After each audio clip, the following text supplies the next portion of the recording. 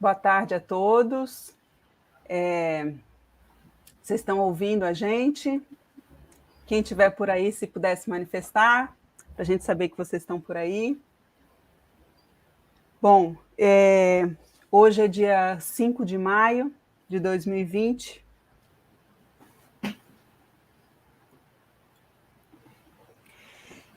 No meio de uma pandemia de Covid-19, já temos 7.487 e passa de 110 mil casos, né? E a temática de hoje, né, que o professor Serri, que a gente agradece muito a presença, é consciência histórica e pandemias. Bom, para começar, eu gostaria de dizer que esse é um projeto, né, que a gente está fazendo em parceria com a Marcela Albani. A gente sabe, né, que as pessoas que pesquisam sobre ensino de história é uma área que tem muitos pesquisadores, né, muitas pessoas fazendo diversos tipos de pesquisas, pessoas fazendo a articulação entre universidade e educação básica. O Prof. História tem tido uma atuação muito importante, então a gente pensou nesse projeto para conversar sobre essas diferentes possibilidades de pesquisa e atuação na área que pensa o ensino de história, não só na escola, mas também fora dela, né? Esse projeto está sendo feito pelo LAPEIS, Laboratório de Prática de Ensino em História, do curso de História da Universidade Federal dos Vales de Jequitinhonha e Mucuri, em Diamantina.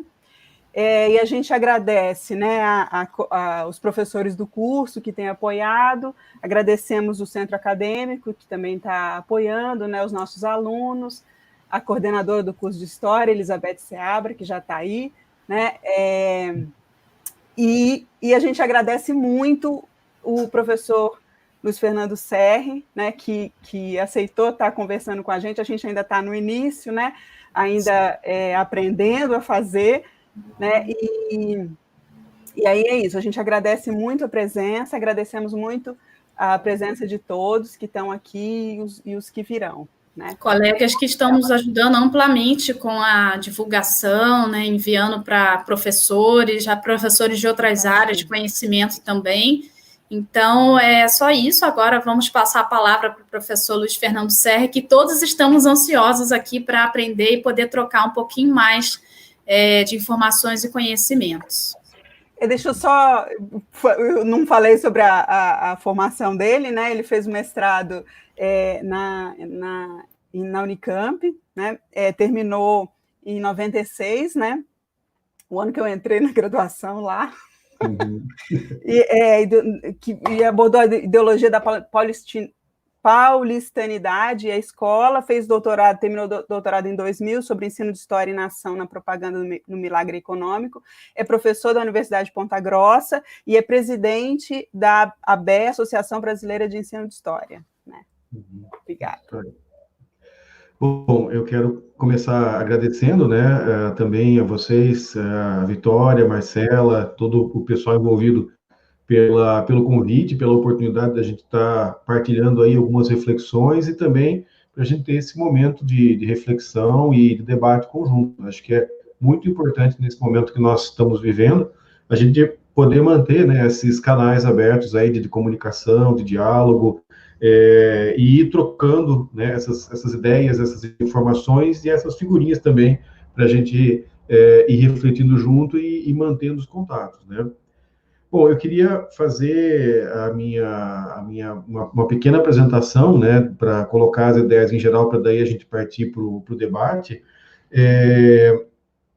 para falar um pouquinho sobre essa dimensão da consciência histórica nesse contexto específico que nós estamos vivendo das pandemias, né? A gente até está começando a falar no plural, porque acho que a gente, como historiador, a gente olha isso em perspectiva histórica e vê que a gente está vivendo uma pandemia muito grave hoje, que está mudando a nossa vida, mudando o nosso cotidiano, numa situação bastante delicada da economia, da política e da cultura mundial, não só local, nacional.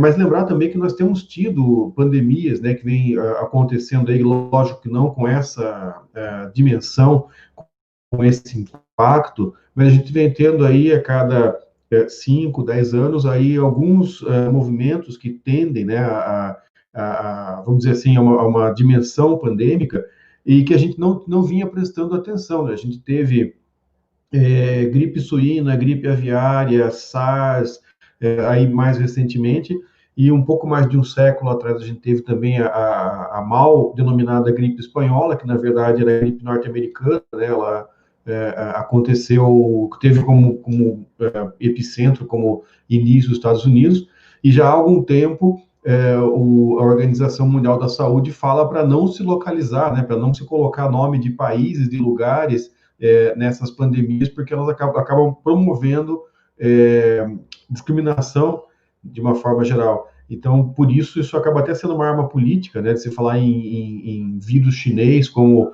insistiu bastante o governo norte-americano, o nosso governo brasileiro federal também fez um pouco esses impactos, e aí as pessoas que deveriam estar zelando pela nossa, vamos dizer assim, integridade, tanto pessoal, em termos de saúde, em termos de economia, mas também em termos de relações internacionais, acabaram fazendo esse abuso aí dos termos, né, e jogando em termos de gripe chinesa ou vírus chinês ou alguma coisa assim, quando na verdade, né, a própria chamada gripe espanhola, ela só ganhou o nome de espanhola porque havia uma grande censura naquele momento sobre a pandemia. E na Espanha não, na Espanha você tinha mais liberdade de imprensa, de comunicação, e a Espanha noticiava, e aí acabou ficando o nome para a Espanha, né? Isso é uma coisa que a gente precisa não fazer e ficar dando nomes nacionais para a pandemia. Bom,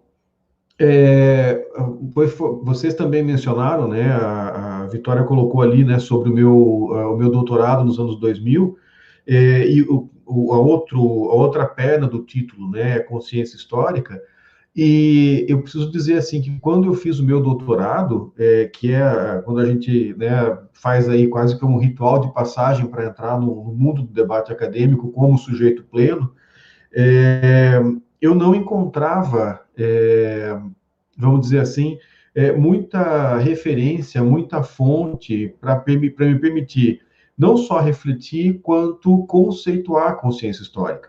Então, eu acabei trabalhando com alguns autores que estavam disponíveis naquele momento.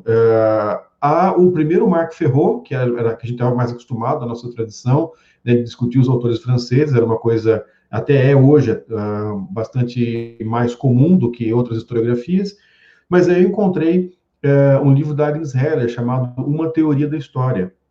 Depois eu vim saber que esse livro está no meio de uma mudança vamos dizer assim, de paradigma para Agnes Heller, né? Ela vinha de uma trajetória como uma autora marxista, talvez neomarxista, e essa obra é meio que um momento em que ela está no meio do caminho para uma nova perspectiva em que ela, não vou dizer assim que ela renega ou que ela abandona o marxismo, mas ela supera esse paradigma e vai em busca de outros caminhos. E aí, é muito interessante porque nesse momento, quer dizer, nos anos finais da década de 90, a gente já tinha alguma coisa traduzida do Jörn Husen. E esse autor, nesse momento, já havia coisas em português, mas não falando necessariamente sobre consciência histórica. Obviamente, né, as preocupações desse autor, eles não se repetindo e se aprimorando ao longo do tempo, mas os principais textos que a gente tinha traduzido dele era alguma coisa no Rio Grande do Sul e alguma coisa em Curitiba mesmo, mas com o pessoal da história.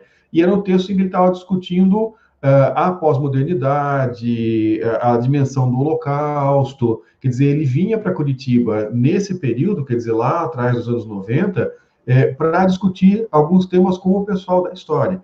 Então, aí até assim, eu cheguei a citar o texto de uma revista que era vizinho do artigo, o artigo seguinte era o texto Husen, mas eu acabei não olhando nesse momento, então não tem citação desse autor na minha tese, né? A primeira citação que eu faço do Husen é em 2001, num artigo acadêmico, e até onde a gente pôde levantar, é a primeira citação que foi feita desse autor no campo do ensino de história. E o que havia, assim, que a gente tinha tido mais contato com a vertente alemã era o Klaus Bergmann, né? Porque o Marco Silva fez uma tradução também na década de 90, mais para o começo da década de 90, de um texto assim paradigmático do Bergmann, que é A História na Reflexão Didática. E nesse texto, ele vai estabelecer dois conceitos que são fundamentais, né, no ponto de vista desse grupo alemão, que é o conceito de consciência histórica e o conceito de didática da história na perspectiva de uma mudança de paradigma, né, de uma revisão do paradigma de didática da história como um campo das ciências da educação, no qual se discutiam métodos e traduções para o ensino da história. Na perspectiva que o Bergman estabelece, vai se começar a falar em didática da história como aquele campo da teoria da história que discute os processos de produção, circulação e consumo da consciência histórica. E isso é uma perspectiva bastante nova, né? Bastante nova, não, bastante renovadora para a gente que estava buscando trabalhar nessa interface. O meu doutorado era isso, eu tentar fazer a interface entre o que as pessoas aprendiam na escola e o que elas aprendiam fora da escola. Tanto que os sujeitos da minha pesquisa eram pessoas idosas, né, que participavam da Universidade da Terceira Idade aqui da UEPG, em Ponta Grossa, e eu ia perguntar para eles sobre o que eles lembravam da ditadura militar. E utilizava como gatilho para a memória deles algumas peças publicitárias, algumas que tinham ficado famosas e outras que nem tanto, né? E trabalhava com isso, como é que esses sujeitos, vamos dizer, 20 anos depois, né, mais ou menos 20 anos, um pouco menos, na verdade, né, 15 anos depois do fim da ditadura militar, mas em torno de 30, 40 anos de quando essas propagandas estavam vindo a público, como que eles lidavam, né, com essas memórias, o que aparecia, como que isso acabava aparecendo na trajetória deles. Bom, para falar então um pouquinho sobre a consciência histórica em tempo de pandemias, eu devo agradecer ao meu grupo de pesquisa, né, o grupo que eu participo, que eu lidero, que é o Grupo de Estudos em Didática da História, que a gente chama carinhosamente de JEDI, e aí, assim, a gente perde o amigo, mas não perde a piada, né, a gente tem que acabar aproveitando o nome do grupo, porque a gente também está, nas nossas reuniões quinzenais, a gente também está discutindo esse assunto, né, a questão da consciência histórica nesse mundo que está mudando. Então, alguma coisa do que eu vou trazer aqui, certamente eu acabei puxando dessa discussão coletiva. Então, essa apresentação, ela é um pouco a minha apresentação pessoal, mas também é um pouco, vamos dizer assim, a gente está aproveitando a reflexão que está sendo feita coletiva no JEDI. E a gente separa, como é de costume, né, o que for bobagem sou eu que estou falando, e o que for válido é aquilo que a gente está produzindo coletivamente. Então, eu queria falar de 3 coisas, basicamente, para desenvolver esse tema da consciência histórica em tempo de pandemias. O primeiro é o tema da morte, o segundo é o tema do tempo, e o terceiro eu chamaria de regressão da consciência histórica, né? Sobre a morte, nós temos que lembrar que, historiograficamente, as reflexões que são feitas em torno da morte, não sei até que ponto são unânimes, porque eu também não sou, né, não me aprofundo nessa bibliografia, mas até o ponto que eu alcanço aí ler e debater, parece que eu não vi discordância com o fato de que a modernidade tem uma forma muito específica de lidar com a morte, que geralmente significa o seu afastamento. Então, nós, diferente de outros grandes contextos históricos, nós, na modernidade, eu acho que na modernidade tardia ou na pós-modernidade, a gente se encontra numa situação ainda mais concentrada de afastamento da morte. A gente morre longe, né? A gente costuma morrer em UTI, costuma morrer em hospital. As cerimônias, elas são muito curtas, né? As cerimônias de despedida dos mortos, elas costumam ser curtas, a gente não costuma ter velório que passe de 24 horas, e não costuma ter esse ritual antes da pessoa morrer. E aí, quando a gente pega a historiografia que fala sobre a morte nos contextos pré-modernos, a gente percebe que há todo um ritual de morte que começa quando a pessoa chega no momento de morrer, quando ela tem uma doença, né? E aí começa todo um longo processo de despedida da vida, de cortar os laços, de resolver as coisas, para daí entrar no processo de morte em que todo mundo vai visitar, vai se despedir, vai acertar os ponteiros, né? Ninguém quer morrer de mal com o sujeito que está moribundo.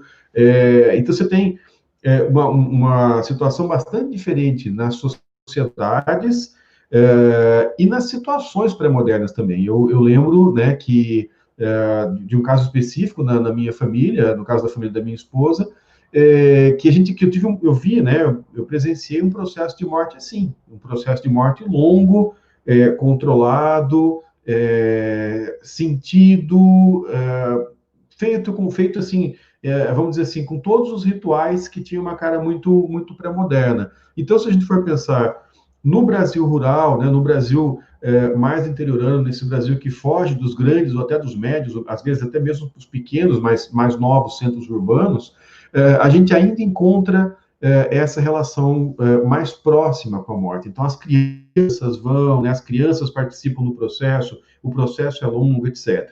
E o nosso, vamos dizer assim, o urbano, moderno, pós-moderno, relacionamento com a morte, ele costuma ser muito mais distanciado, muito mais asséptico, né, muito mais alienado, vamos dizer assim. E o que a pandemia está fazendo com a gente é jogar a morte na nossa cara. Então, a gente está assistindo, vamos lá, assim, o Jornal Nacional, ou abrindo sites, né, ou abrindo jornais, e a gente vê aí, cotidianamente, as covas sendo abertas, né, as famílias enlutadas, as famílias desesperadas para encontrar o seu próprio defunto, para poder fazer uma oração, para poder fazer uma rápida despedida. Então, a gente tem visto muito isso, né, presente. E esse é o primeiro dado que a gente teria que pensar. Nós passamos de uma situação em que a morte ela é afastada para uma situação em que a morte é trazida para dentro da nossa casa, como era, né, nessas cerimônias, vamos dizer assim, pré-modernas ou cerimônias que não estão tão vinculadas com a modernidade. Então, você vê lá o morto em casa, por exemplo, é uma coisa que foi afastada da gente com a modernidade, e, de certa forma, por outros caminhos, ainda que seja eletronicamente, vem sendo trazido para dentro da nossa casa, né?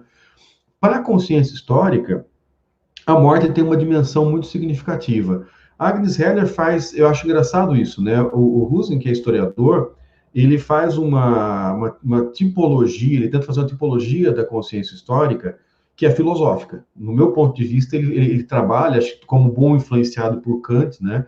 Ele trabalha muito na perspectiva de criar tipos ideais, de criar a priori, de criar, vamos dizer assim, conceitos abstratos que possam servir para as várias realidades históricas.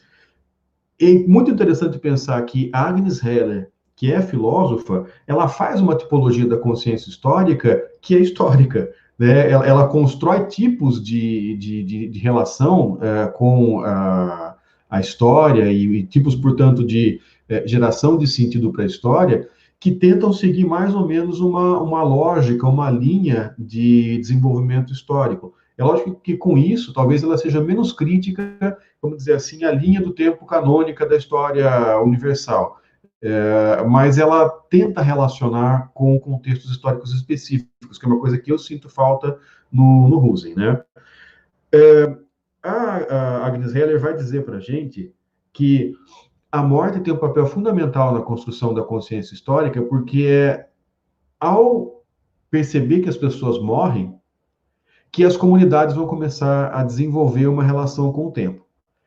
O primeiro fator, né, a experiência limite em relação ao tempo é a morte, porque o envelhecimento ainda é uma experiência em relação ao tempo, quer dizer, eu vou me tornando menos ágil, meu corpo vai mudando, né?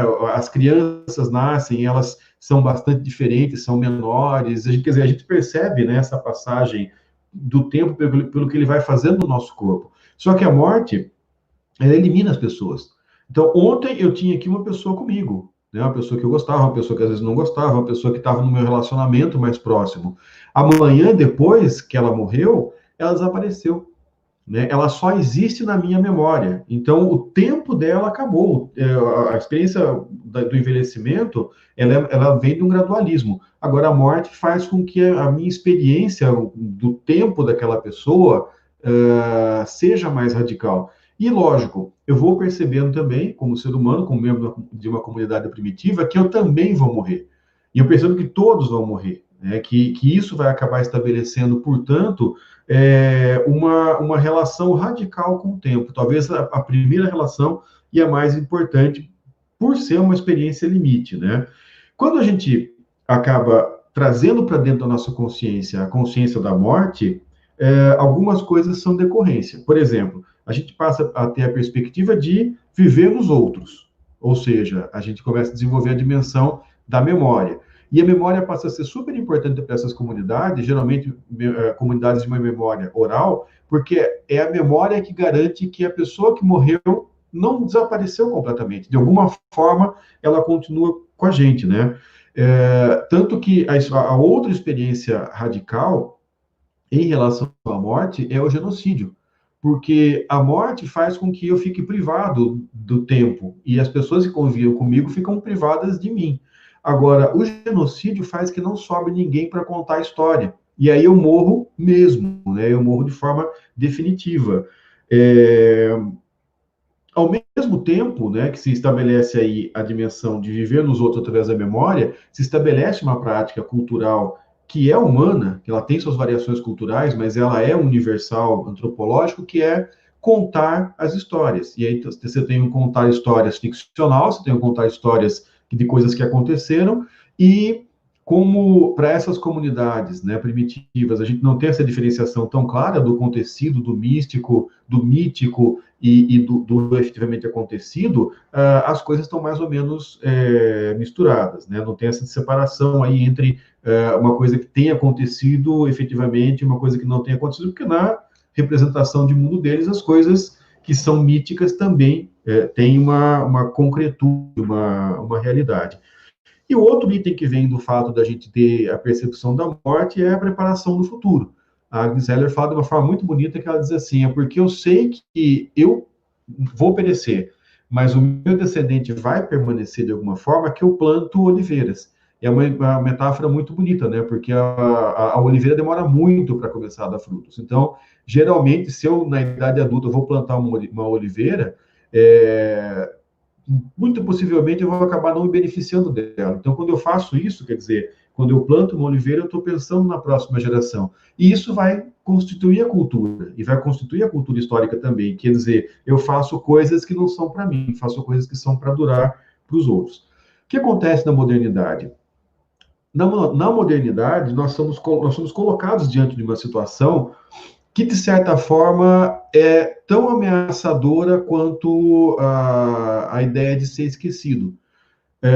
Como eu não tenho mais cultura oral, e como eu não tenho mais comunidades pequenas nas quais os antepassados são lembrados, né? Você tem ali dezenas de gerações nas quais os antepassados são lembrados por homens memória, mulheres memória, né? Por pessoas que têm essa memória oral.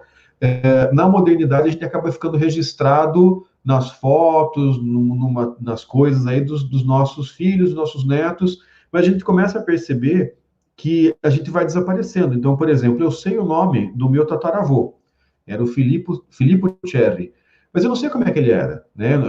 A gente não tem imagem dele, a gente não sabe como é que era a personalidade dele, se ele era um homem mais bravo, se ele era um homem mais paciencioso, se estava mais para sabedoria, ou se ele era um dissipador. A gente não tem muito essa informação. E eu não estou falando de 100 anos de diferença. Quer dizer, a gente começa a perceber, pensando nos nossos tataravós, que essas pessoas vão desaparecendo. E no processo da modernidade, isso acaba ficando muito mais rápido. Né? A gente começa a pensar assim, hoje, sei lá, eu tenho uma foto do meu tataravô. Eu devo ter, sei lá, 5 fotos da minha avó que morreu muito cedo. Mas eu mesmo devo ter 1 milhão de fotos, né, que eu vou aparecer para os meus descendentes. Mas exatamente por ter 1 milhão de fotos é que a gente sabe que a gente vai desaparecer mesmo. Ninguém vai lembrar quem a gente era. Eu acho que, de certa forma, a modernidade e a pós-modernidade, elas nos colocam tanta coisa de recordação que a gente começa a ter a clareza que a gente vai desaparecer no meio dessa enormidade de informação. E aí, gente, tem uma memória, uma metáfora que eu acho muito bonita do filme Blade Runner, né, quando o Deckard vai matar o último replicante, o penúltimo, na verdade, né, porque ainda tem a replicante com a qual ele vai... Desculpa, vou dar spoiler do filme. Se bem que o filme é de 82, né, mas para quem não assistiu ainda, vou tentar não dar spoiler.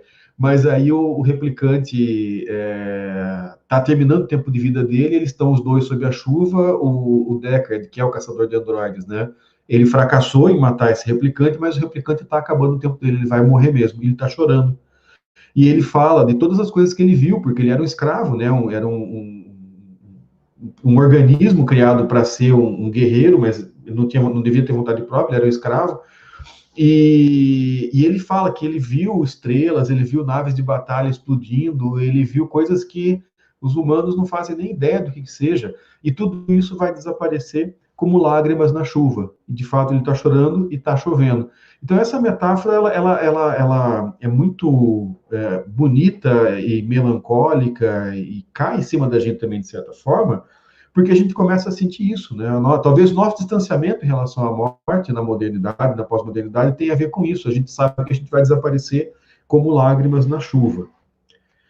Sobre o tempo, né? Para falar rapidamente sobre o tempo, que é uma outra dimensão fundamental da consciência histórica.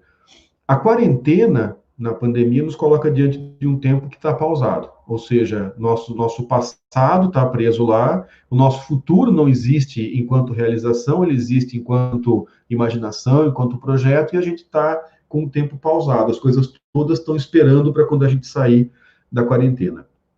Por outro lado, o pessoal que está na condição aí de apoiar o presidente da República, eu nem gosto de falar o nome, né? Porque é uma palavra, o nome do nosso presidente virou uma palavra triste, virou uma palavra desagradável, sempre que a gente fala, a gente tem um monte de coisa ruim que vem, né, para a gente, mas as pessoas que estão com ele não está sozinho, ele é só a ponta de um iceberg de uma equipe de pessoas aí, em termos que estão dando assessoria para ele, em termos políticos, em termos geopolíticos, estratégicos, e principalmente ele tem assessorias de pessoas para cuidar vamos dizer assim, da vida política desse grupo na internet. A gente ouve falar muito, né? A gente tem as várias constatações de que a direção política, midiática desse grupo político, ela vem dos Estados Unidos mesmo, com base no mago, né, da utilização política das redes sociais, que é o Steve Bannon, desgraçadamente um sujeito que tem toda a pinta de ser um doido milenarista, fundamentalista e também, infelizmente, com muito domínio dos números, né, do controle do comportamento através da utilização estatística das informações sobre as pessoas nas redes sociais. Esse grupo utiliza uma técnica em relação ao tempo que fiquei sabendo disso lendo os textos do Valdeir Araújo, né, da Federal do Rio Preto, que se chama atualismo. Ou seja, à medida que você entra nesse grupo de apoiadores do presidente, você é conectado a uma série de redes sociais, de WhatsApp, de Facebook, de sei lá o que também, que todo o pessoal acaba utilizando, e o funcionamento da relação entre a liderança e a base, e é uma base bastante aguerrida, a gente tem que perceber isso, né? As pessoas têm uma militância que é muito intensa, essa lógica que eles utilizam, o atualismo, consiste em manter esses sujeitos sempre esperando a próxima notícia. Então, vem uma bomba de manhã, e aí à tarde, né, um desses, vou falar, minions, né, um desses minions vai falar para o outro, você está sabendo da última? E aí eles nem sempre sabem se a última é aquilo que eles receberam de manhã ou se eles receberam alguma coisa nova agora, que pode ser uma fake news, que pode ser uma denúncia, que pode ser alguém que foi marcado para ser perseguido nas redes sociais, para sofrer linchamento virtual, ou de qual foi a manifestação agora que marcaram para vamos dizer assim, para intimidar alguém, ou para intimidar algum grupo, ou qual que é a próxima manifestação que tem que ser feita, ou o que disse fulano. Então, assim, é uma torrente de novidades que são mandadas para essas pessoas, e acho que assim, esse atualismo acontece um pouco com todo mundo nos dias de hoje, de intensa presença nas redes, de levar na mão um celular, no qual a gente sempre está recebendo notícia, mas nesses grupos é um processo muito mais controlado, né? Você adere ao grupo, e o grupo passa a controlar o teu tempo, e o teu tempo sempre é o agora. E essa técnica de controle, eu diria assim, que ela funciona mantendo o emputecimento das pessoas. Não achei termo melhor para dizer, mas assim, é sempre mandar alguma coisa para que essa pessoa se mantenha indignada, se mantenha enfurecida, né, se mantenha em ação. Então, assim, é uma descarga de adrenalina constante. Esse é um dos fatores que explica por que a coisa é cada vez mais radicalizada, porque a próxima dose de novidade tem que ser uma dose irritante e ela tem que causar uma irritação cada vez maior. Então, a gente não sabe quando esse processo acaba, a gente sabe que ele vai acabar em algum momento e muito possivelmente vai acabar de forma trágica, porque cada vez mais eu tenho que excitar essa pessoa. A próxima dose dessa droga tem que ser uma dose mais forte do que a anterior. Aí as pessoas começam a falar, esses sujeitos estão loucos, né? Esses sujeitos estão fora da sua razão, etc.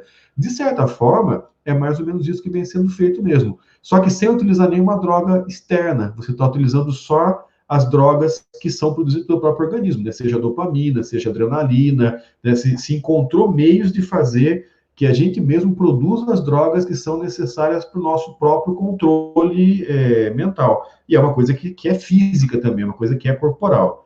Falando em corporal, eu já comecei a falar que o corpo tem a ver com o tempo, né? Essa é uma ideia do próprio Piaget, que ele vai demonstrar que a criança começa a desenvolver a noção de tempo a partir do próprio corpo. Ela percebe que o cabelo cresceu, que a unha cresceu, que o corpo cresceu, que as pessoas grandes são pessoas que têm mais tempo, que as pessoas pequenas são pessoas que têm menos tempo, né, de vida, de existência, etc. Então, a nossa primeira relação com o tempo é uma relação com o nosso corpo. Ontogeneticamente, é uma relação com o nosso corpo.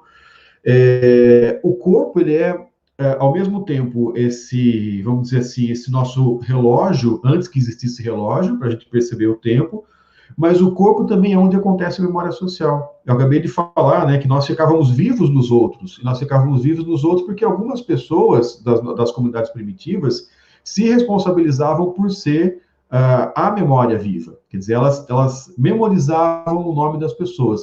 E a gente fica pensando, como é que pode, né, a nossa capacidade de hoje? Eu não consigo lembrar o que eu almocei agora, né, há 2 horas, aí, um pouco menos que isso.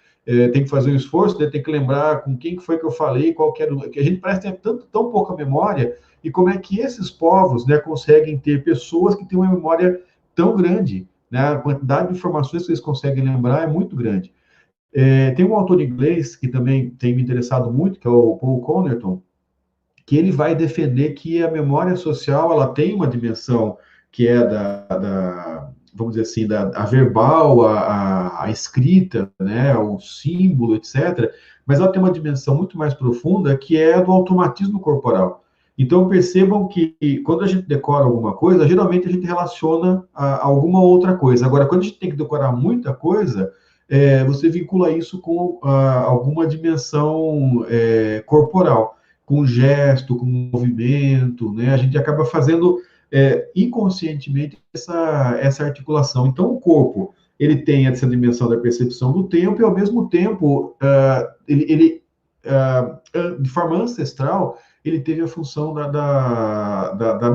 vamos dizer assim, de armazenar em si a memória social, não só no cérebro, né, no corpo todo. Você acaba armazenando, né, memória a partir de relações que você estabelece com movimentos, com gestos, com tudo. E isso, de certa forma, permanece. Faz muito pouco tempo, vamos dizer assim, relativamente, que nós dominamos a escrita, né? E, portanto, todo o tempo que nós não, como espécie, né, que nós não dominávamos a escrita, essa escrita, entre aspas, da memória era feita com o corpo. Ora, aquele que nos diz o nome, que é o nosso presidente, né, não é o Voldemort, né? Voldemort a gente não tem mais, não faz tão mal para a gente falar, né? Mas aquele que nós não dizemos o nome, ele traz no corpo dele uma narrativa, né? E né, essa narrativa corporal que ele carrega é uma narrativa que permite acionar alguns mitos e mitologias políticas. Então, se eu vou lembrar lá do Raul Girardet, ele falava, né, ele abordava os vários tipos dos mitos políticos, e tem 2 que são fundamentais para a gente explicar esse momento. Eu estou pensando assim, agora, né, a relação da extrema-direita brasileira com a pandemia, e logicamente ela passa pelo líder disso tudo, e aí no corpo desse nosso presidente, você tem uma narrativa de pelo menos 2 mitologias políticas. Uma é de Salvador, e né, o nome do meio dele está vinculado a essa ideia salvífica, e ele vive lembrando disso e fala, eu não sou mas meu nome não faço milagre, mas meu nome é esse, né? Então ele vive lembrando disso, e você tem, então, portanto, a narrativa da mitologia política do Salvador e a mitologia política da conspiração. Elas estão no corpo do presidente por causa da facada, sim, entre várias outras coisas, mas talvez o símbolo político mais importante para essa incorporação do discurso foi a facada. Para alguns foi fakeada, né? O que a gente, como cientista, a gente assume? A gente assume que a gente não sabe, a gente não tem certeza, mas a gente deve admitir que existe uma dúvida plausível sobre esse evento. Primeiro pelo seguinte, cui bono? Quem se beneficia? Quem é o maior beneficiado desse atentado? Ora, não foi o Adélio, foi o cara que o Adélio esfaqueou. Né? Esse sujeito, assim, ele ganhou na loteria. A facada foi a melhor coisa que aconteceu na vida política dele. Porque ele ganhou popularidade, ele não precisou ir para debate para mostrar como que ele era fraco em termos de raciocínio, de esperteza, de velocidade do pensamento e de ter conhecimento das coisas. Vocês lembram que ele foi a um debate e aí ele pegava e escrevia as coisas na palma da mão para não esquecer de falar, e era, sei lá, corrupção, Lula e não sei mais lá o que, eram 3 palavras que ele não tinha condição de memorizar, ele tinha que escrever na mão. Então, assim, a gente tem que pensar isso aí primeiro, quem se beneficia, e segundo, todas as gravações que existem mostrando o ato em si, que é cheio de coisas estranhas, que não estão explicadas e que ninguém se preocupou em explicar, nenhuma investigação da Polícia Federal se preocupou em explicar, porque isso é um crime federal, né? Um candidato ao presidente, ele é um assunto de alçada federal, portanto, PF deveria estar em cima. E as outras coisas, né? Pessoas que entraram em contato com a Adélio Bispo que morreram de forma misteriosa, o fato de que esse sujeito morava num canto do Brasil e frequentou o mesmo clube de tiro que um dos filhos do presidente, em outro lugar, em outro estado, ou seja, tem uma série de coisas que a gente não tem explicação. Então, eu não vou dizer que há aí uma conspiração, né, que isso foi intencional, que de fato essa facada não foi de verdade, ou ela aconteceu, mas aconteceu em condições controladas e intencionais. Quer dizer, isso tudo é especulação, a gente não tem como afirmar, mas eu acho que, como a gente não teve uma investigação profunda sobre esse assunto, a gente tem o direito de manter uma dúvida razoável sobre esse assunto. Não dá para afirmar, não dá para descartar também. A outra coisa que é corporal do nosso presidente, né, da constituição, da relação dele com o tempo, é o Jeca, né? Veja, um sujeito que pega o chinelo Raider, uma camiseta, uma blusa esportiva por cima de uma camiseta de time, uma calça social e vai tirar uma foto com o braço cruzado junto com o seu futuro ministério, não é possível. Não é possível que isso seja uma coisa casual.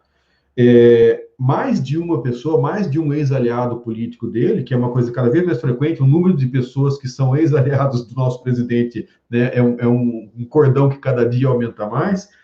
Algumas pessoas disseram, olha, foi encenado, foi construída a imagem de Jeca. Eu acho que não é tão difícil, porque no final das contas, né, a coisa passa bastante por aí mesmo, mas você tem todo um movimento de propaganda para construir ele como um homem simples, como um homem que, apesar de ter dinheiro, é uma pessoa do povo, é uma pessoa que não tem grandes refinamentos, etc. É um sujeito bronco, quer dizer, isso está expresso, né? Isso está expresso nesse sujeito.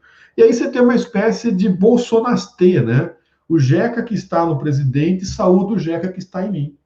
Muita gente falou assim, nossa, finalmente eu consigo me identificar com um presidente, né? E eu falo, puxa, legal, né? E bom, né? Que bom para você se você conseguir se identificar, né? Desse bolsonastê aí, tudo bem. E o último item corporal, para a gente pensar um pouco, é a questão da infecção pelo vírus, né? Que, assim, está muito claro, né? As chances de que ele tenha sido infectado são muito grandes, que ele tenha infectado outras pessoas são muito grandes, falta a prova definitiva, né, material, mas você tem essa possibilidade muito, muito estabelecida. A gente pode perguntar o seguinte, será que nós estamos diante de um modo neotradicional de geração de sentido histórico? O Husserl fala do modo tradicional, que é quando o tempo e o passado está presente na nossa cultura de tal forma que a gente não consegue se aperceber dele como tempo. a hipótese que eu jogo é, será que a gente está vendo, por esse grupo, diante das reações desse grupo em relação à pandemia, uma espécie de um modo neotradicional, né, de geração de sentido? Eu me pergunto, jogo a pergunta também para a gente refletir. Por último, gente, para a gente poder debater, eu queria falar rapidinho da regressão da consciência histórica. O que a gente vem conversando bastante no Jedi existe uma regressão dos modos de geração de sentido? Quando eu estudava lá também, né, sobre consciência histórica, lá no meu doutorado, antes dos anos lá nos anos 90, final dos anos 90, o Gadamer, né, que como dizem em alemão, eu passo longe de saber pronunciar alemão, mas enfim, ele dizia que a consciência histórica é uma coisa que só os ocidentais modernos tinham, porque consciência histórica era você ter a noção da historicidade de todos os objetos e relatividade de toda opinião, e só quem tinha isso era, né, o norte-americano, o europeu, o educado. Descontando, né, a gente fica muito indignado com isso, porque a gente é latino-americano, a gente, né, tem uma outra visão, ou tenta ter uma outra visão que não é ser eurocêntrica, tirando nossa indignação, e se a gente pudesse admitir que isso significa que, na verdade, isso que a gente chama de consciência não é consciência histórica, mas é o modo genético, né, aquele que admite a mudança, que admite o erro, que admite a correção nos processos de pensar sobre o tempo. Será que será que a gente poderia chamar isso de modo genético? Né, que ele chama de consciência histórica, a gente fala de um dos modos da consciência histórica.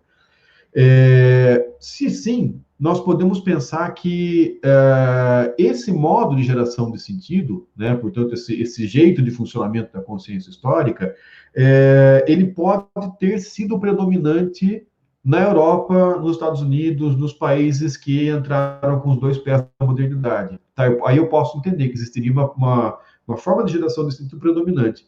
Agora, quando a gente vê sujeitos como Donald Trump e o nosso presidente Voldemort, sei lá, o Orbán, Boris Johnson e Caterva, será que a gente...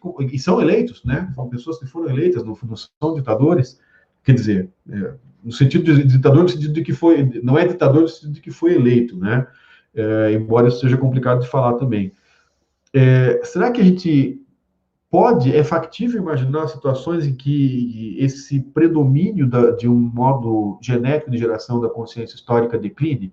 Será que eu posso pensar em situações em que o modo crítico de geração de sentido histórico sirva não para eu avançar para o modo genético, mas para eu regredir para o modo tradicional ou para o modo neotradicional?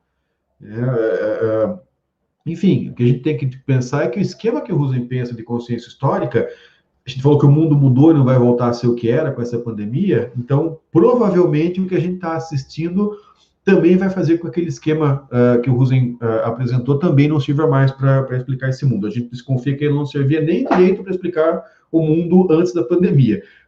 Certamente ele não serve para explicar o mundo pós-pandemia, né? E a gente pode até pensar por que isso está acontecendo. Eu acho que isso tem a ver com o modelo de negócio pelo qual as redes sociais funcionam, esse negócio de precisar dar uma dose cada vez maior para as pessoas continuarem atentas a alguma coisa, né? Porque isso é dinheiro, isso é negócio, e também isso é poder político, que é uma outra forma do dinheiro também. Isso pode estar fazendo esse processo de regressão da consciência histórica. Mas, enfim, desculpe, eu falei demais. Eu vou abrir para que a gente possa fazer aí um pouco mais de debate. Bom, para começar, a gente agradece muito na explanação do professor Serri, porque realmente foi riquíssimo, né? A gente tem um monte de pergunta aqui, ainda bem que vai ficar gravado, porque a gente vai poder assistir de novo com calma, né? Então, assim, eu não vou nem colocar questões aqui, eu tinha anotado umas coisas, eu vou abrir já para pergunta, porque a gente está com várias, uma participação, tem várias perguntas aqui. Marcela, eu vou pela ordem, Marcela, pode ser? Então, vamos lá. A gente tem uma primeira pergunta aqui da professora Elizabeth Seabra. Professor Serri, a morte que vemos como um número, ou uma imagem na TV ou internet, ou seja, anônima, não nos afasta ainda mais da consciência ou experiência temporal com a morte? Eu acho que o que acontece é que nós estamos tendo um processo ao qual nós resistimos. Quer dizer, a morte vem sendo empurrada para cima da gente e as pessoas, assim, quem está em casa, mesmo quem não está em casa, quem está precisando trabalhar em alguma coisa, sente que as coisas estão erradas e sente que as coisas estão muito quietas, ou sentia, né, até alguns dias, algumas semanas atrás. Eu interpreto, e assim, eu vou tentar, não sou exemplo para nada, mas eu vou pensar um pouquinho no que acontece comigo e com a minha família, né? A gente tá todo mundo, até minha esposa está saindo um pouco mais, mas eu e minhas filhas estamos em casa, e a gente tem passado assim, não, a gente leva numa boa, tranquilo, e de repente dá um mal-estar, dá uma angústia e tal, e a gente tem que parar e tem que pensar um pouco sobre isso, tem que se tratar, tem que se conversar um pouco, né? Isso é alguma coisa como uma espécie de calma que antecede a tempestade. A gente percebe, né, essa face da morte se aproximando e a gente tenta negar. Então, nós não estamos tendo, na maior parte das pessoas, se a gente for pensar hoje em 7 mil mortes no Brasil, é um número horrível, gigantesco, né, dantesco, mas esse número significa que a minoria de nós teve a morte acontecendo dentro de casa ou por perto. Outras pessoas já estão numa condição pior, porque estão vendo essa morte acontecendo, né, mais perto, mas a grande maioria não está vendo isso acontecendo tão perto. Se a gente acompanha as lives do Átila, né, do Átila e a Marino, e acompanha as projeções matemáticas, a gente começa a perceber que, na verdade, ela está vindo, ela tá chegando. Eu vejo, né, isso da morte televisionada como alguma coisa que é uma espécie de ameaça, que é aquele tipo de coisa que não nos deixa totalmente tranquilos. Mas eu acho que lá no fundo, talvez subconscientemente, a gente sabe que o negócio está chegando e que se não pegar a gente, vai chegar muito próximo, né? E é por isso que, de alguma forma, as coisas estão sei lá, doidas como elas estão na atualidade. Eu fico sempre pensando, professor, em relação também a outros contextos, né, que a gente na sala de aula lida, muitos alunos nossos lidam com esse contexto da morte, né? Me lembro dando aula no Rio de Janeiro, em área de comunidade, que morrer, ter um parente preso, um parente que foi morto por uma bala perdida no confronto com a polícia, em função do tráfico, o quanto que isso também é presente, né? Então, acho que principalmente para os nossos colegas que estão aqui presentes, que estão nas escolas públicas, privadas, das mais diferentes regiões aí, Brasil afora, são situações também para a gente pensar, né? Para além de um contexto de pandemia, como é que a gente trabalha essa sensibilidade, esse tipo de discussão no momento de uma aula de história, né? Que aí eu acho que também se junta com outras perguntas que foram tentando pensar aqui junto com a gente. Qual é o papel do ensino de história nisso? Como é que a gente intervém nisso? Pensando nessa pergunta, né, sobre o atualismo, eu acho que ela vai aprofundar a briga da história contra esse movimento pelo qual as pessoas imaginam que não tem outro tempo a não ser o presente. Isso não, na verdade, isso não é novidade. Eu acho que o atualismo ele é o paroxismo de alguma coisa que já estava colocada pelo próprio processo da globalização, e que a gente teve que lutar o tempo todo, né, com os jovens e adolescentes e crianças que a gente ensina, para mostrar para eles que não é assim, porque já há algumas décadas é difícil você trabalhar com o jovem a dimensão de que existe um futuro e que existe um passado. O Huxley, o Eric Hobsbawm, quando escreveu lá Era dos Extremos, ele colocou isso na introdução. Ele falou, a gente lida com isso, a gente tem um século, estou querendo falar sobre esse século, a maior dificuldade é que as pessoas não estão preocupadas com o passado ou com o futuro. E isso é um problema sério para, vamos dizer assim, aquilo que a nossa cultura histórica pode fazer em termos de ação, em termos de tempo, né? Porque qualquer utopia ou qualquer projeto coletivo, ele exige que eu tenha um conhecimento do passado e um projeto de futuro. Então, eu penso assim, nós vamos ter uma condição mais radicalizada para fazer o nosso trabalho de colocar os nossos alunos a lidarem com o passado e com o futuro. Isso quando a gente fala de presentismo, né, nos termos do Hobsbawm.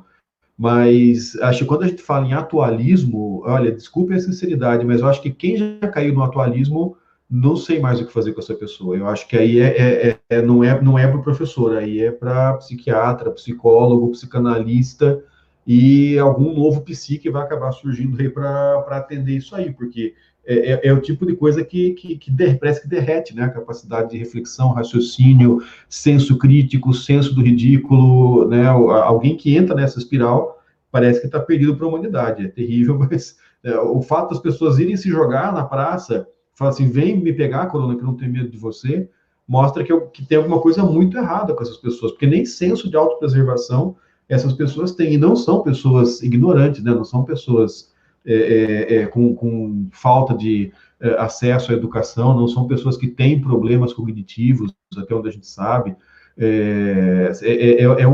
Parece um processo de hipnose coletiva mesmo, aí eu acho que ultrapassa a capacidade do professor. Professor, a gente tem uma outra pergunta aqui do Augusto Miranda, que de alguma forma acho que já foi respondida, mas eu acho que é uma questão interessante. Como interpretar as formas de mobilização da consciência histórica de grupos reacionários? É uma confusão de orientação histórica ou uma orientação do tipo tradicional? Me parece que existe essa situação que você acabou de descrever e uma consciência histórica tradicional, me parece que existe alguma diferença aí, né? Porque o que a gente está vendo é uma coisa talvez meio absurda, né? Aparentemente, né? Ou não. De novo, eu gostaria muito assim de que mais gente lesse a Agnes Heller falar sobre consciência histórica para a gente conversar, porque ela não faz que nem o Husserl, que estabelece 4 tipos universais, ela estabelece, sei lá, 12 tipos que têm a ver com contextos históricos. E o penúltimo é a confusão da consciência histórica, ou seja, as situações em que a pessoa fala, desisto, renuncio, não dou conta de entender isso aí, vou me dedicar à destruição, vou me dedicar ao hedonismo, né, porque o mundo não fala, é impossível extrair qualquer forma de sentido do mundo. Então, a pergunta do Ritson, eu acho que ela se responde mais ou menos assim.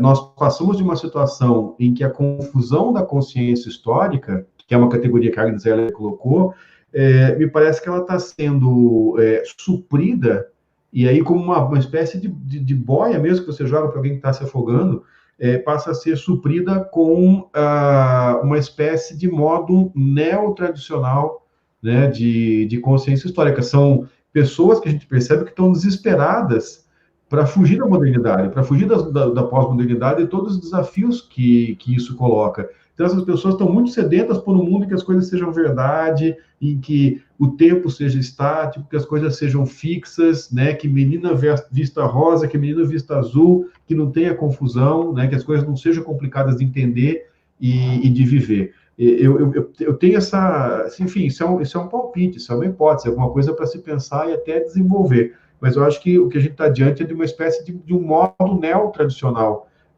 de consciência histórica. E contra isso, voltando à pergunta anterior, para onde que a gente aponta enquanto professores de história, a Agnes Heller tem uma última forma de consciência histórica que eu acho que é a coisa mais linda do mundo, né? Que ela diz assim, o que sobra para a gente diante da confusão da consciência histórica é a dimensão da responsabilidade planetária.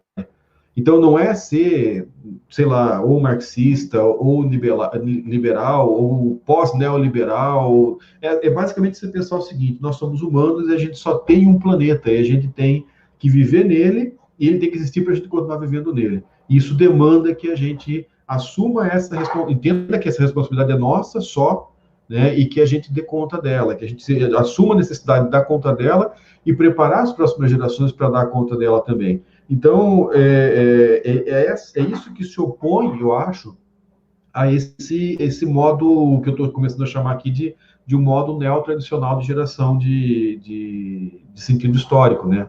Então, eu penso que talvez seja sei lá, um caminho, uma saída para pensar essa situação.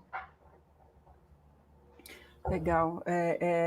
A gente tem várias perguntas aqui, mas o nosso tempo já está avançando um pouco. E eu gostaria de pedir se o professor pudesse falar um pouco sobre esse papel da pesquisa quantitativa, né, e o projeto residente, que apresentar o projeto, né, que é bastante interessante, e o papel dessa pesquisa quantitativa para poder pensar a cultura jovem, a cultura histórica, enfim. Uhum. Bom, o projeto Residente, o título todo é Projeto Residente, Observatório das Relações entre Jovens, História e Política na América Latina. ele é uma tentativa de fazer pesquisa em ensino e aprendizagem de história de uma forma que não é muito comum, mas eu imagino que é uma forma vanguardista, porque me parece que as respostas que a gente pode conseguir com esse tipo de método sejam o tipo de resposta que a gente está precisando para poder avançar com mais velocidade. Então, que paradigmas são esses, né? Primeiro, é um projeto baseado na colaboração voluntária entre grupos. Isso permite, né, que essa colaboração voluntária sem dinheiro, que é um negócio importante, né, que é outro dado desse mundo para onde nós estamos indo, sem dinheiro para ciências humanas. O nosso ministro Weintraub, né, ele já disse, olha, para ciências humanas não tem nada, vocês se virem. Tá, sem dinheiro, dá para fazer esse tipo de coisa. Eu trabalho nessa lógica do Ubuntu, né? Eu ganho quando todos ganham. Então, a perspectiva é essa, ou seja, montar uma grande rede de pessoas que colaboram, em troca, assim, elas dão uma parte do seu trabalho em troca de se beneficiar do resultado desse trabalho coletivo, que é alguma coisa maior do que a soma das partes. E aí, como que a gente faz isso, né? O Residente, ele é um questionário, na verdade são 2 questionários, um para professores e um para estudantes, e isso é um questionário muito extenso que, através dessa rede de colaboração entre universidades, pesquisadores, etc., uma rede hoje que vai desde o México, né, até o sul da Argentina, do Chile, então pega aí a América Latina de uma forma bastante abrangente, a gente consegue fazer um questionário muito grande, com questões fechadas, com questões que têm a ver com cultura política, com cultura histórica, com aprendizagem e ensino da história, e conseguir uma base de dados, assim, uma quantidade, um N, né, como a gente diz em estatística, bastante grande. Então, só no Brasil a gente tem em torno de 3 mil, quase 4 mil questionários. A gente está com 3.900 e poucos questionários de estudantes. Na América Latina como um todo, a gente vai estar chegando em torno de 5, quase 6 mil questionários. Ou seja, é uma pesquisa que permite que a gente, embora ela não tenha representatividade estatística, ela é uma pesquisa que, pelo número de participantes, permite que a gente fale bastante coisa, sabe, sobre os estudantes em si, como que eles pensam politicamente, etc. E a pesquisa quantitativa ela é engraçada, porque em alguns momentos você dá um resultado e a pessoa fala, mas isso eu já sabia, isso aí você não precisa de pesquisa quantitativa para saber. Sim, só que você não sabe o quanto, exatamente por isso que a coisa é quantitativa, você não sabe o quanto. Por exemplo, eu sei que, sei lá, os métodos tradicionais continuam sendo os mais frequentes na sala de aula de história, mas quanto? Né? Quanto que é mais frequente eu ter aula expositiva e uso do livro didático do que trabalhar fazer trabalho de grupo ou visitar museu?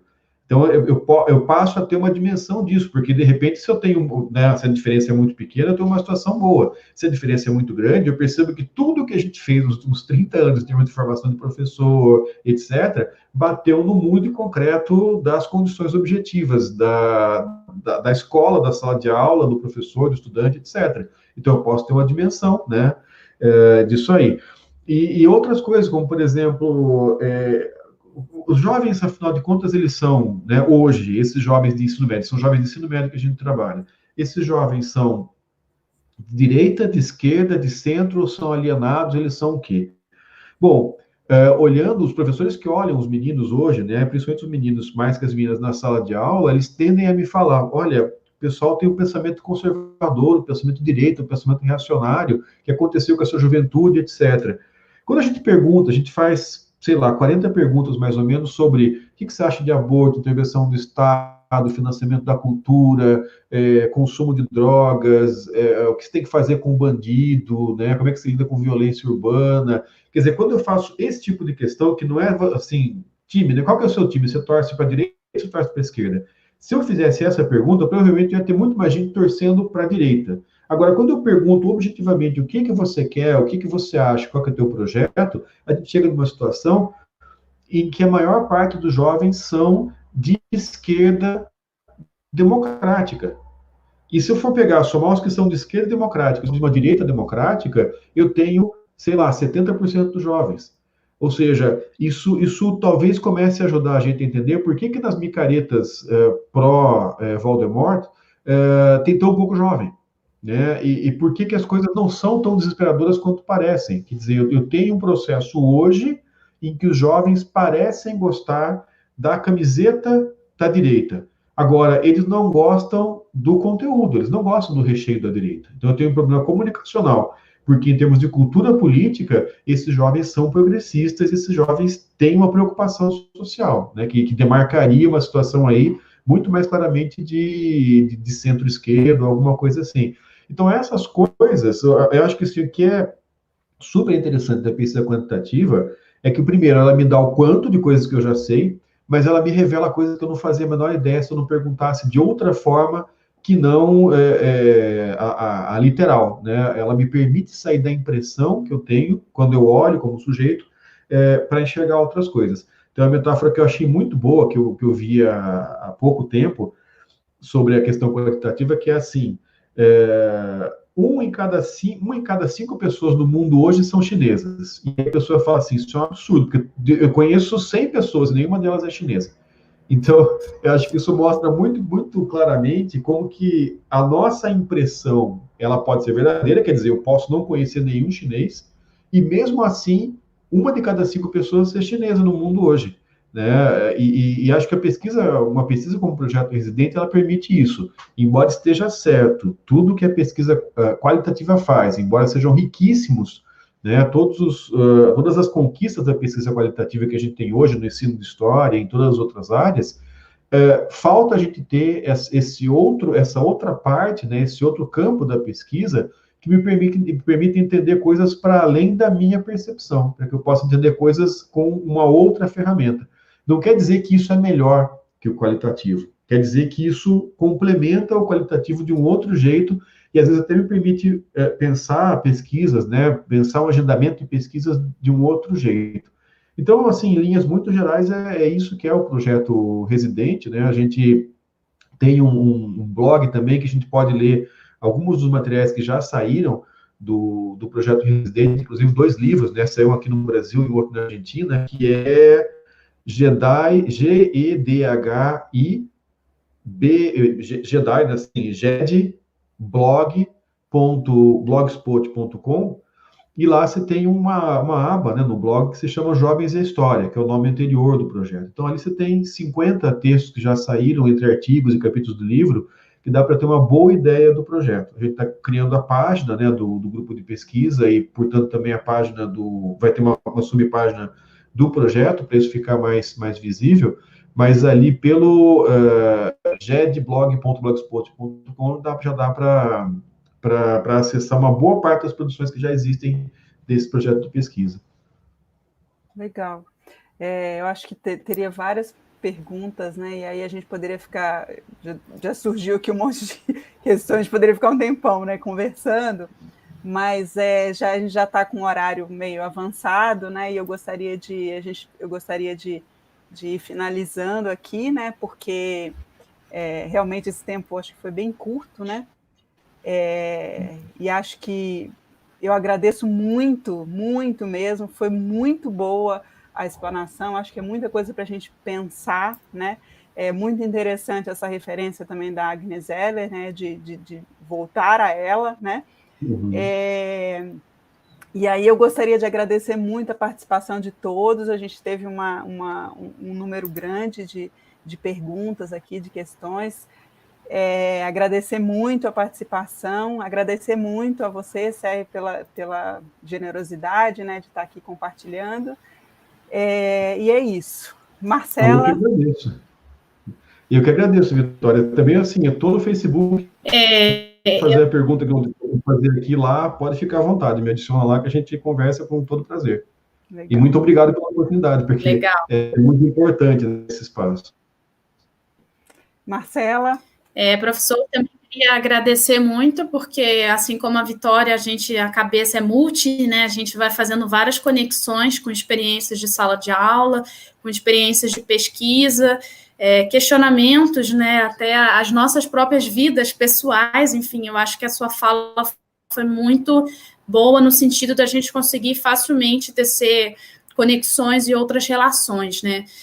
A gente pede desculpa aqui para os nossos participantes, realmente a interação foi muito boa, várias perguntas aqui que não deu tempo da gente responder, mas como o professor já se prontificou, a ideia da rede, né, é facilitar esse processo comunicativo. Então, possíveis perguntas, às vezes referências que foram aqui trabalhadas, citadas, que vocês queiram, ele se prontifica aí a continuar esse diálogo. E como a gente sempre faz, agradeço também a Vitória, né, pela parceria mais uma vez, e comunico que na quinta-feira, às 6h30, a gente estará com a professora Ana Carolina Mota, que vai trazer a experiência dela na educação básica, atuando aí no famoso chão da escola, trazendo questões de sala de aula, falando um pouco também da experiência dela à frente como aluna, né, do Prof. História, mestrado profissional em ensino de História. E o projeto está aberto, pessoal, está aberto, às vezes, temáticas, quem está aí em sala de aula fazendo trabalhos criativos, a gente está atrás disso e tentando trazer isso, realmente ampliar cada vez mais esse diálogo na nossa parceria aqui. Então, a gente está muito, né, Vitória, aberta aí a indicações, colegas que queiram contribuir com a gente aqui como convidado também.